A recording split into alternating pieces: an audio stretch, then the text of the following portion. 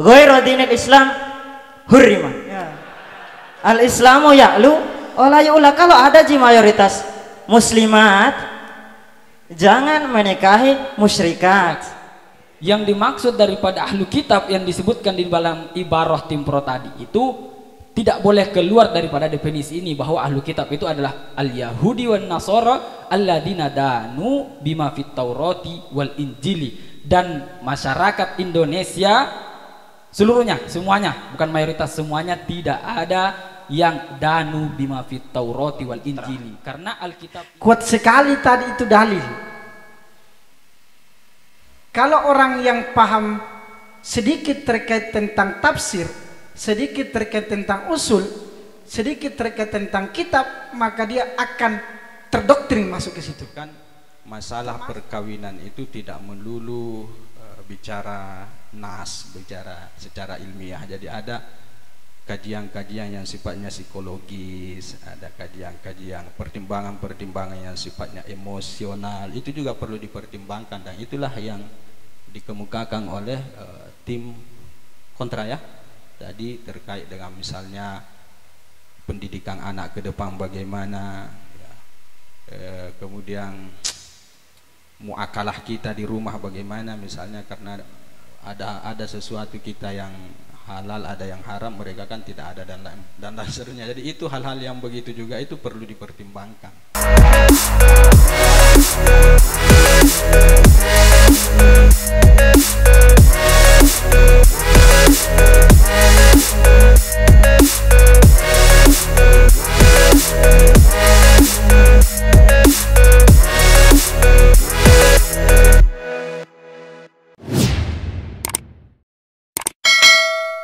Langsung saja saya akan berikan kesempatan kepada tim kontra untuk menyampaikan argumen terkuatnya atau bisa menentang dari tim pro. Bismillahirrahmanirrahim. Sengaja tadi di awal tidak banyak interupsi karena memang beda jalur pembahasannya. Dan yang dibahas beliau tadi ini itu mengumum sekali. Padahal kita di sini dalam konteks Indonesia, legalisasi pernikahan agama di Indonesia, dan kami menganggap bahwasanya qaul Ibnu Umar radhiyallahu anhuma sangat sesuai diterapkan di Indonesia. Pertama, kita merujuk kepada tafsir Al-Qurtubi. Di situ dikatakan bahwasanya dikatakan di situ wa kana al-kuffar yatazawwajuna al-muslimati wal muslimuna yatazawwajuna al-musyrikati thumma nusikha dzalik fi hadhihi al-ayah. Disebabkan ayat ini, ayat yang sebelumnya itu dinasakh yang mengenai tentang wal muhsanatu minan nisa ila akhir ayah. Fatallaqa Umar bin Khattab hina imra'ataini, sehingga Umar bin Khattab itu ini satu pandangan. Interupsi. Ya silakan. Pendapat Anda bahwa ayat Al-Baqarah menasakh surah Al-Maidah, menurut kami terbalik. Justru Al-Maidah yang menasakh surah Al-Baqarah. Karena kita tahu dalam kitab Ulumul Quran itu surah Al-Maidah akhiru man nazala, akhiru ayat yang turun.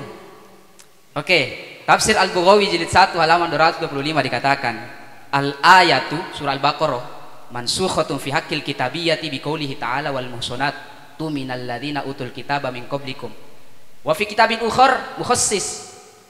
Jadi surah Al-Maidah mentaksis ayat Al-Baqarah, wakila menasakh. Jadi tidak terbalik, bukan Al-Baqarah yang menasakh Al-Maidah. Ya cukup, kami dari awal tadi sudah mengatakan kami menganggap pendapat Ibnu Umar sangat sesuai di Indonesia ya. Kemudian saya lanjut, disebabkan itu Ibnu Umar menyuruh, memerintahkan kepada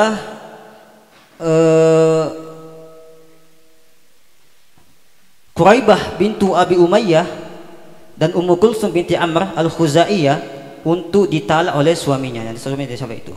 Kemudian di sisi lain di ayat yang lain juga fala tarji'uhunna ilal kufar la hunna hillul lahum wa lahum yahillu lahunna, ay lam yahillallahu mu'minatan likafir wa la nikahu mu'minin limusyrika wa hadza adallu dalilin ala anna alladhi aujaba furqatul muslimati min zawjiha islamuha. Islamnya perempuan. Ketika perempuan Islam itu terada ya. Itu pertama. Kemudian di Indonesia mayoritas umat Indonesia menganut mazhab Asy-Syafi'i. Dan kita katakan bahwasanya syarat dalam mazhab Asy-Syafi'i mengenai ahlul kitab itu banyak. Di sini katakan dalam kitab wa man dakhala fi dinil yahudi wan nasara ba'da tabdil la yajuzu lil muslimi ay yankiha harairahum wala ay yata imahum bimilkil yamin. Instruksi, apakah masyarakat muslim Indonesia yang bermadhab Syafi'i tidak boleh, menurut Anda tidak boleh berpindah pendapat tentang nikah ini? Kami mengatakan tidak diperbolehkan.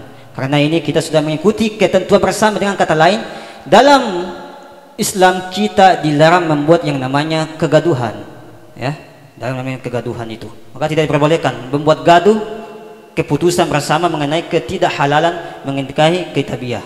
Interupsi lagi. Bisa. Ya, terima kasih. Kalau Anda mengatakan bahwa tidak diperbolehkan mengikuti mazhab lain di dalam pernikahan, maka hal-hal yang berkaitan dengan mazhab lain yang telah ditetapkan di dalam KHI oleh beberapa ulama itu juga harusnya tidak diperbolehkan. Karena ada beberapa mazhab yang digunakan di dalam penetapan KHI, dan itu juga akan melanggar daripada kaidah yang mengatakan la yungkarul mukhtalafu fih innama yungkaru al mujma' alaih. Dan ini sesuatu yang yungkar fi ternyata oleh tim kontra itu mutlak untuk diharamkan, menyalahi daripada kaidah. Terima kasih. Kami lanjut mengenai KHI. Ternyata dalam KHI itu telah diputuskan bahwasanya nanti nikah beda agama itu, pernikahan beda agama itu ketika diakui oleh agama Islam, dan sudah difatwakan bahwasanya nikah muslim bersama selain muslim di Indonesia mutlakon, ya, itu tidak diperbolehkan. Saya rasa itu membantah argumennya sendiri. Kemudian mengapa saya bantah di awal tadi itu, kenapa dulu diperbolehkan? Karena di sini katakan bahwasanya akhraja Ibnu Abi Syaibah bisanadin hasanin anna Ata'an kariha nikahal yahudiyyati wan nasraniyah. Atau itu tidak menyukai menikah Yahudi dan Nasrani. Wa qala, Nabi mengatakan kana dzalika wal muslimatu qalil. Pada waktu itu muslimah pada waktu itu sedikit. Dan kita lihat Indonesia ini mayoritas umat Islam. Ya, untuk apalah menikahi yang non Islam kalau mas Islam yang muslim masih banyak. Seperti itu.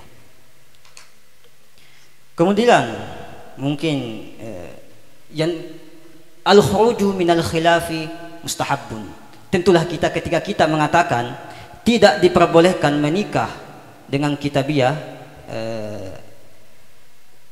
bagaimana itu lagi? Saya rasa itu al-khuruju minal mustahabun, ya. Kita keluar daripada perbedaan itu disunnahkan. Kami berikan kepada teman kami yang lain. Mungkin instruksi. Terkait al-khuruj minal khilafi mustahabun, bagaimana pendapat Anda? Karena pada kasus ini tiga madhab memutlakkan ahlu kitab itu boleh dinikahi, sedangkan cuma satu madhab saja yang tidak boleh. Mana yang ikut? Karena secara logika sederhananya kita harus ikut kepada yang kuat. Nah, 3 lawan 1 jelas lebih kuat 3.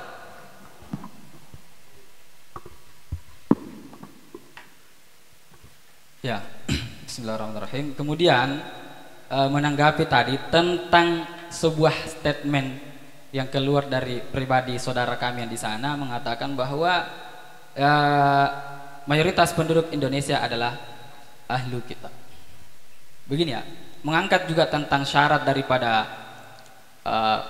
kebolehan menikah beda agama, dalam artian di sini muslim menikah kitabiah, itu kan diantara syaratnya adalah harus diketahui kalau dia orang perempuan ini Yahudi, harus diketahui nenek moyangnya yang pertama kali masuk Yahudi itu qabla bi'tsati Isa, ya, harus tahu, gitu ya. Interupsi. Atau kalau tidak tahu setidaknya ada keraguan. Tapi kalau selain Yahudi itu harus tahu. Ya silakan. Oke. Syarat yang Anda sebutkan itu Syafi'iyah. Kami tadi memutlakkan dan mengikut kepada 3 madhab dalam fikul Islam wa adillatul Zuhaili warrajihu ladaina juga huwa qaulul jumhur li talaqil adillatil qadiyati bi jawazi zawajibil kitabiyah wa qila fi kitabil wajiz fi idahi qawaidil fiqhil kulliyah qaidah al mutlaq yajri ala itlaqi ma lam yakum dalilul takidi nassun aw dilalatan, dan Anda tidak menyebutkan nas secara sorry. Saya rasa Anda kurang menyimak. Di sini saya berbicara untuk membantah statement Anda yang mengatakan bahwa Indonesia semuanya ahlu kitab. Ya, itu. Nah, kemudian syaratnya seperti itu, harus tahu. Nah, sejarah mengatakan bahwa kita tidak usah bicara Islam, Kristen saja. Sejarah mengatakan bahwa agama Kristen masuk ke Indonesia itu tahun 600 Masehi, sekitar abad ke-7. Itu agama Kristen masuk ke Indonesia. Jadi bisa dikatakan bahwa nenek moyang pribumi itu tidak ada yang memenuhi syarat berdasarkan mazhab ya Syafi'i.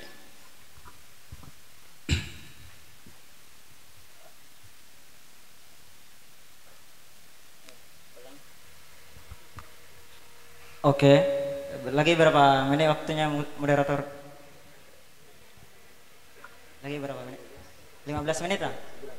9 menit ya. Ya. Sebelumnya terima kasih kepada kesempatan yang telah diberikan. Hadza huwa fursatul uzma. Saya ingin bertanya kepada mahasantri, kawan-kawan mahasantri, apakah mau istrinya orang non-Islam? Oh, tidak mau katanya, tidak mau. Mayoritasnya tidak mau. Kalau mahasantri putri lah pasti tidak mau juga. Kalau suaminya non-Islam ya. Oke. Ya itu sudah sesuai dengan yang dikatakan oleh Baginda Umar, di mana di sini itu dijelaskan bahwa Sami'tu Abdullah bin Abbas yaqulu naha Rasulullah sallallahu alaihi wasallam an asnafin nisa illa ma kana minal mu'minat al muhajirat wa harrama kulla dzati dinin ghairil Islam. Oke, itu bisa dipahami. Ghairu dinil Islam hurrima.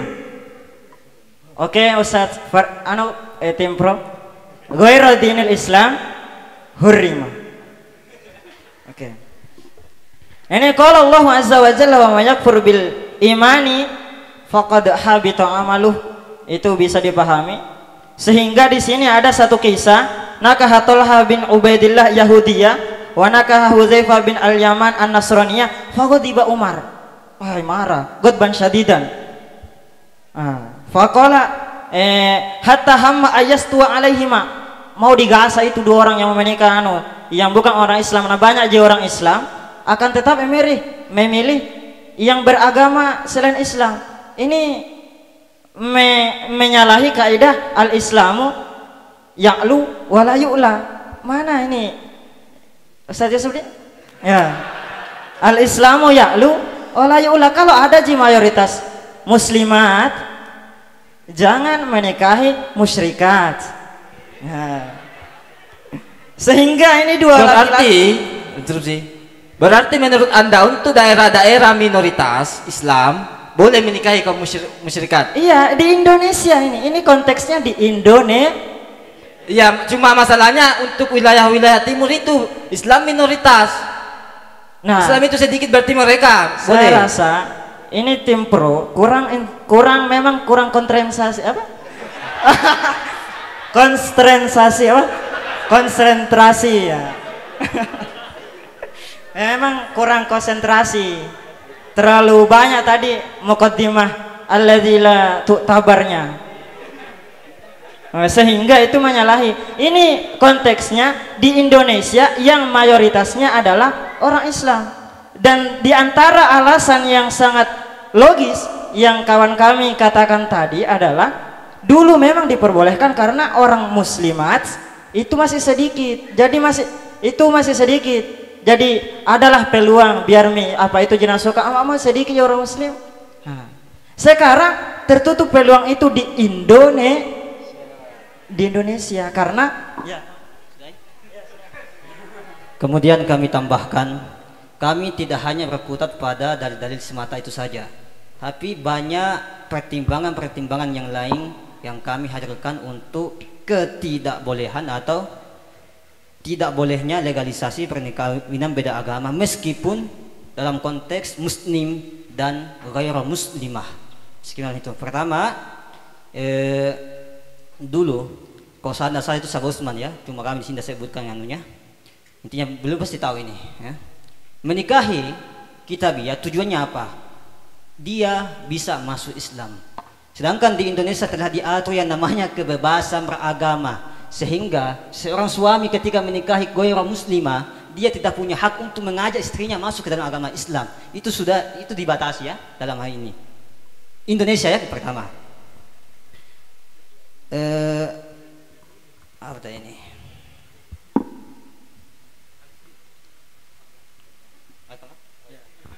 Saya mau tambahin lagi sedikit kepada tim pro yang sangat mengutarakan perasaannya dalam diskusi kali ini. Apakah kita tidak berpikir mode Jawa, jangka panjangnya ini? Ya, jangka panjangnya. Artinya kesejahteraan, kesakinaan, kemawaddahan, kewarahmatan di dalam pernikahan itu tidak akan terjadi karena nanti hak warisnya ini perempuan kan terputus. Sebagaimana kita pelajari bahwa salah satu ilat yang memutuskan hak waris itu adalah ikhtilafuddin. Saya rasa itu sangat instruksi, meskipun hak waris itu putus tapi hibahnya tetap berlaku. Jadi bisa melalui hibah untuk kalau terkait pembagian harta. Masih banyak jalur pembagian hartanya. Waris itu bukan satu-satunya jalur untuk memberi uang kepada istri. Itu diantara menurutnya ya. Saya rasa habis waktunya ya. Belum. Tambahan bahwa dalil yang dipakai tadi bahwa Umar itu mengharamkan, tidak. Jadi jangan dipotong-potong dalilnya. Fakata bilaihi, Hudzaifah berkata, "Atazamu annaha haramun?" Faqala la az'amu annaha haramun walakinni akhafu an ta'atul musimati minhunna. Ya.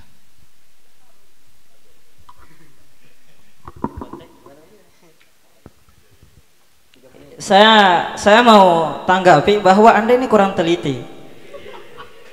Di dalam kitab, saya bawa kitabnya asli, Tafsir Ibnu Katsir, itu bisa dibaca dengan teliti. Di situ dijelaskan, saya tadi tidak baca sampai habis. Faghadiba ghadban syadidan hatta hamma yastu alaihim faqala la nahnu natluku ya Amirul Mukminin. Oke, saya akan talak ini istriku Amirul Mukminin. Saya mau talak ini. Wala takdub. Jangan marah. Oke.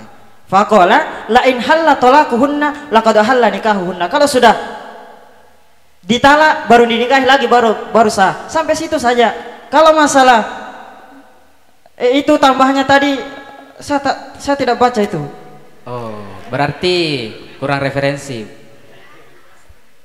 dan jumut dalam memahami kitab ya.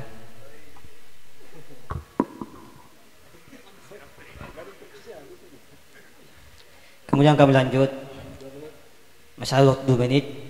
Di sisi lain dalam Indonesia juga kita yang mempertimbangkan namanya satu zara'i, yang dimana ketika muslim menikah dengan non muslim, yang mengasuh anak-anak itu kebanyakan kepada ibundanya. Ketika ibundanya ini non muslim, dan kesolehan itu tidak akan terpenuhi kalau dia itu non muslim ya, tidak akan terpenuhi kalau dia itu non muslim. Di dalam mazhab Syafi'i juga i'anah itu fahfaz bidzat, hadis itu fahfaz bidzatid din, lihatlah yang agamanya, pertama itu ya dalam hal itu. Kemudian ketika seorang anak kemudian juga musyrik Nasrani dan Yahudi itu tidak akan pernah ridho kalau kita tidak mengikuti agamanya. Itu langsung dinas oleh Allah Subhanahu wa taala dalam firman-Nya. Selalu ayatnya. Jadi otomatis akan ada indikasi bahwasanya ibunya ini akan membisiki anaknya untuk tidak masuk Islam.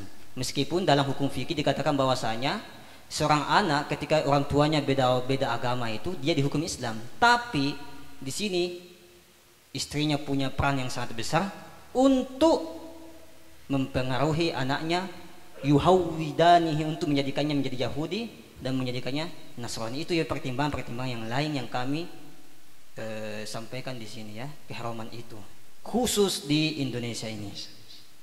Masih ada? Habis. Ya, waktu habis. Kesempatan dari tim kontra sudah habis. Kami ucapkan banyak-banyak terima kasih atas argumen yang telah disampaikan, yang pada intinya jelas mereka tidak setuju dengan pelegalan perkawinan beda agama di Indonesia, dengan beberapa kesimpulan tadi yang banyak disampaikan, bahwa masih banyak orang muslimah yang bisa dinikahi. Jadi apalagi di Indonesia ini mayoritas adalah agama Islam, dan dimaksud mayoritas di sini satu Indonesia. Adapun mayoritas dalam hal satu daerah tertentu kayak di timur itu tidak digunakan, dia hanya menggunakan mayoritas secara dalam lingkup Indonesia secara keseluruhan. Kemudian juga tadi ada beberapa syarat yang harus dipenuhi dalam mazhab Syafi'iyah, bahwa Kitabiah itu harus ada syaratnya, yaitu harus ditahu nenek-neneknya itu siapa yang pertama kali masuk musyrik, dan itu harus terjadi sebelum bi'sati Nabiullah Isa. Terus salah satu tujuan dalam pernikahan yang dipaparkan dalam Islam adalah adanya tujuan mawaddah dan warahmah, dan menurut tim kontra itu tidak akan tercapai ketika pernikahan beda agama disahkan. Dan yang terakhir, bahwa langkah untuk mengharamkan pernikahan beda agama adalah bagian dari sadduz zara'i, yakni ketika anak itu tidak dididik oleh perempuan muslimah, maka tidak akan tercipta, tidak akan terbangun agama Islam, karena akan dipengaruhi kepada agama dari ibunya. Itu beberapa kesimpulan dari yang disampaikan tim kontra, dan sudah diinterupsi berkali-kali oleh tim pro. Kami ucapkan terima kasih kembali dari tim pro dan kontra. Selanjutnya kita masuk ke babak ketiga, yakni babak penutup. Dan babak penutup ini tidak ada lagi interupsi, hanya boleh menyampaikan argumennya dari tidak boleh dari tim lawan untuk interupsi. Boleh berupa kesimpulan atau boleh juga menyanggah dari apa yang disampaikan dari tim lawan. Kami persilahkan kepada tim pro. Tim pro. 3 menit. Ya, terima kasih Dewan Pembanding yang kami hormati, rekan berpikir dan kawan-kawan sekalian yang sama berbahagia. Di closing statement ini kami hanya akan menyampaikan ringkas bahwa tentang pernikahan beda agama sebenarnya dari awal sudah dilegalkan di dalam Undang-Undang Pernikahan pasal 1 dan 2 yang menyatakan bahwa pernikahan itu dianggap sah, dinyatakan sah apabila diakui menurut hukum agama dan kepercayaan masing-masing serta disetujui oleh kedua belah pihak. Dan sudah jelas di dalam syariat kita mengatakan wala tankihul musyrikati hatta yu'minna, itu ternyata dalam kitab Futuhatul Ilahiyah sendiri dijelaskan bahwa ini dikhususkan kepada selain daripada ahlul kitab, karena ahlul kitab yang termasuk juga daripada orang yang ghairul muslim, dia bukan orang dianggap pernikahan beda agama, dengan ayat uhilla lakumut thayyibat ila akhir, dihalalkan bagi kalian yang baik, termasuk diantaranya ahlul kitabiyah. Terus selanjutnya kita sekarang membahas tentang hukum, bukan membahas tentang madhab Syafi'iyah. Dan sudah tadi jelaskan kaidah yang mengatakan la yungkarul mukhtalafu fih innama yungkaru al mujma' alaih, sehingga syarat-syarat yang ada di dalam penetapan kitabiah dari Syafi'iyah itu bisa dialihkan kepada penetapan-penetapan daripada madhab yang lain untuk menganggapnya sah di dalam hukum.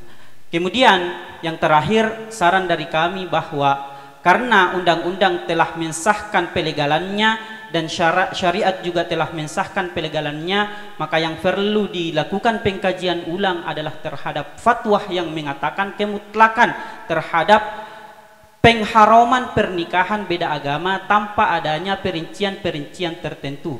Tentunya ketika pelegalan agama ini disahkan dan ingin dibuat peraturan baru untuk menetapkan status hukumnya, maka tentu tidak akan pernah terlepas dari ketentuan-ketentuan yang mengikat. Di antara ketentuannya adalah kalau dalam syariat seorang muslim laki-lakinya harus beragama muslim dan wanitanya harus dari ahlul kitab, dan sudah dijelaskan bahwa 6 agama yang dianggap sah di dalam Indonesia itu termasuk ahlul kitab, dan pernikahannya harus sesuai dengan syariat yang telah ditetapkan di dalam agama kita. Terakhir, kami ingin membacakan sebuah dalil dari Imam Az-Zarqashi mengatakan, faqad yuqalu bi istibahati nikahiha, terkadang disunnahkan untuk menikahi ahlul kitab idza rujiya islamuha, jika diharapkan masuknya ia ke dalam Islam. Mungkin sekian, terima kasih, kami serahkan kepada moderator.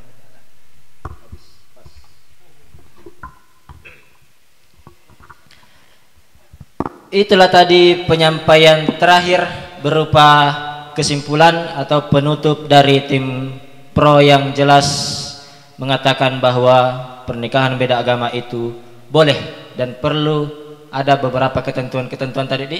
Ya, betul. Selanjutnya kami serahkan kepada tim kontra untuk menyampaikan kesimpulannya. Jadi kesimpulannya, ijma'ul ummah mengatakan bahwasanya nikahul muslimah ma'al ghairil muslim itu tidak disahkan, dan tim kontra, tim pro pun mengakuinya. Kemudian yang kedua, kita di Indonesia sudah diatur bahwasanya perkawinan adalah sah apabila dilakukan menurut hukum Islam sesuai dengan pasal 2 ayat 1 Undang-Undang Nomor 1 Tahun 1974 tentang perkawinan. Kemudian di sini ada juga pasal 40 dilarang langsung perkawinan antara seorang pria dengan seorang wanita karena keadaan tertentu. Pertama, karena wanita yang bersangkutan masih terikat satu perkawinan dengan pria yang lain. Yang kedua, ya langsung saja yang ketiga, seorang wanita yang tidak beragama Islam. Sehingga kami mengambil kesimpulan bahwasanya kompilasi hukum Indonesia, KHI yang ada di Indonesia khusus masa pernikahan itu mengambil madhab Syafi'i, dan kami mengatakan bahwasanya di dalam Indonesia ini tidak ada yang namanya ahlul kitab, tidak ada yang namanya ahlul kitab karena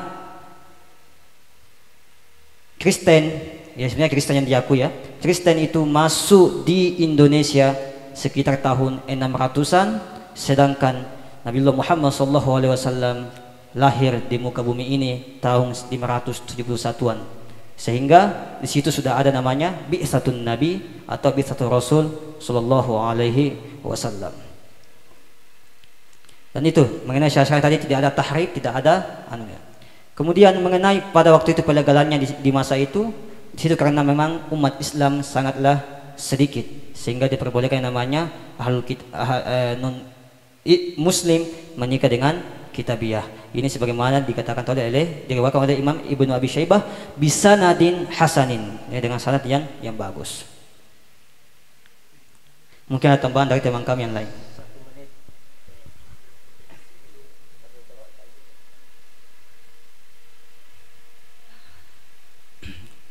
Kemudian mohon maaf ini terlambat, kami menanggapi tentang tadi itu yang mengatakan bahwa menurut Ghairu Syafi'iyah bahwa jumhur itu menetapkan bahwa secara mutlak boleh menikahi kitabiah. Ya oke, memang begitu benar adanya, cuman perlu dipaham di sini siapa itu kitabiah.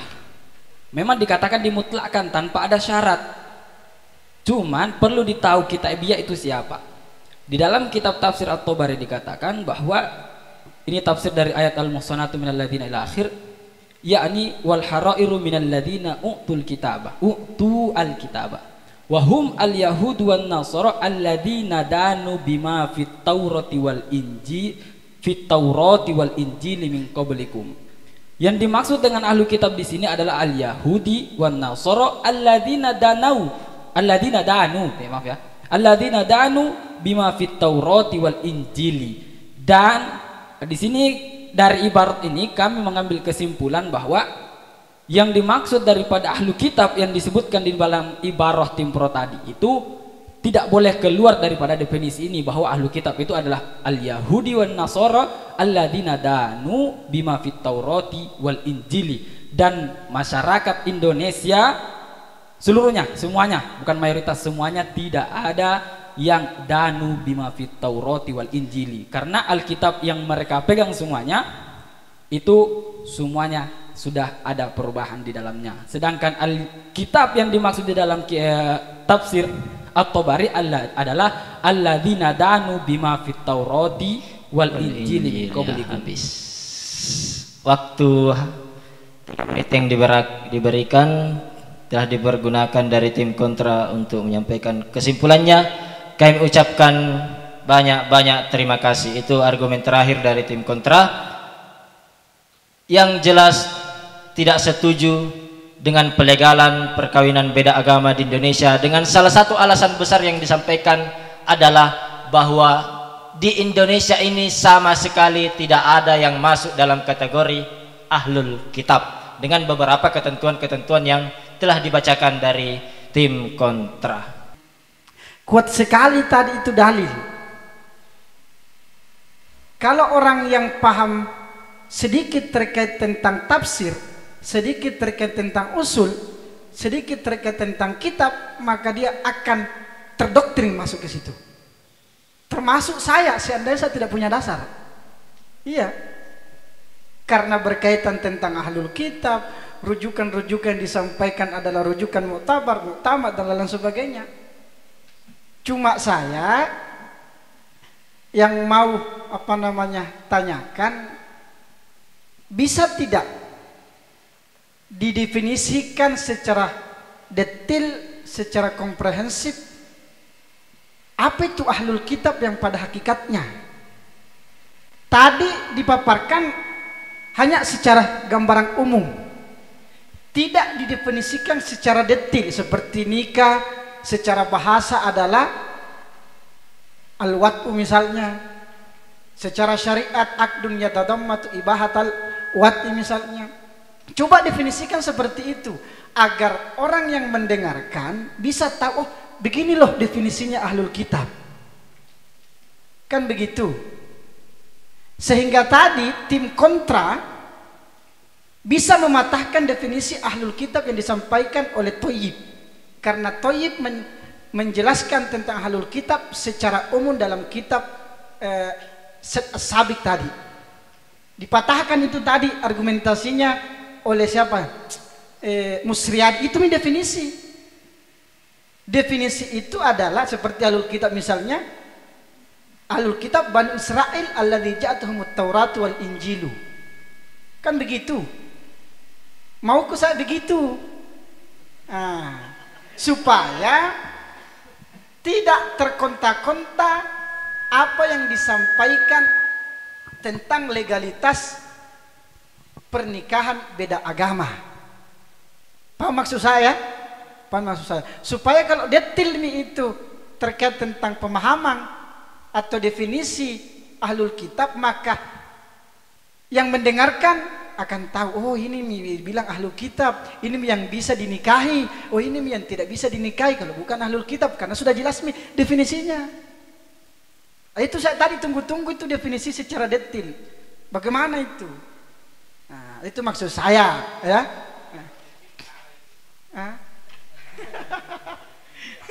Ya, maksud begitu. Terkait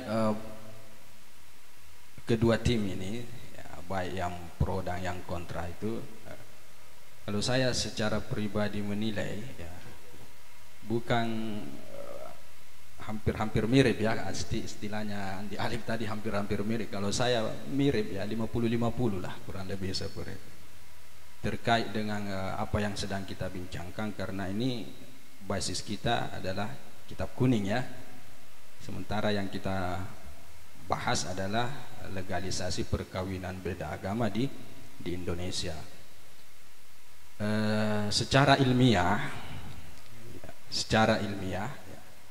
saya agak setuju dengan legalisasi perkawinan beda agama. Bahkan kalau boleh dikata ini maklum bidim biddarurah, itu sebelum saya mondok memang sudah begitu, yang kita tahu bahwa kita bisa kawin dengan kafir kitabiah dari dulu seperti itu ya.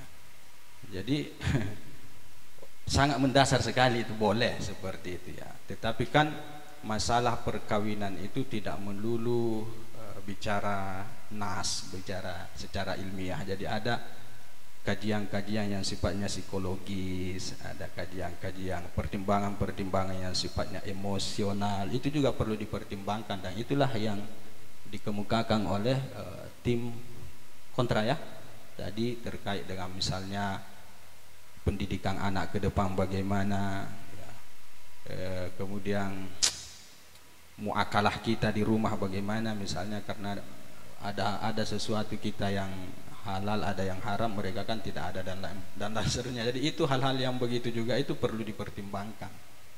Nah, belum lagi kita berbicara ya tadi sudah saya rasa lengkap juga itu alasannya tadi, bagus juga itu, diantaranya misalnya akan memancing orang lain juga untuk tidak memperhatikan perempuan muslimah, larinya ke orang kitabiah semua, dan seterusnya. Itu kan secara di luar bahasa ilmiah ya ada yang seperti itu yang perlu kita pertimbangkan. Tapi kalau kita berbicara ilmiah berdasarkan nas, kitab dan semacamnya, memang bahkan saya berani mengatakan itu ajaran mendasar, bahkan apa istilahnya fayakfuru jahiduha ya, kalau maklum biddarurah itu diingkari, kafir itu orang. Tapi mungkin itu terlalu bahasanya kalau itu. Tapi yang jelasnya ya dari dulu memang seperti itu, bahwa boleh kita menikah kafir kitabiah terlepas dari kriterianya ya, yang mana yang dimaksud dengan kitabiah dan lain sebagainya. Yang jelasnya legalisasi perkawinan beda agama itu ya diperbolehkan, itu menurut saya tabe.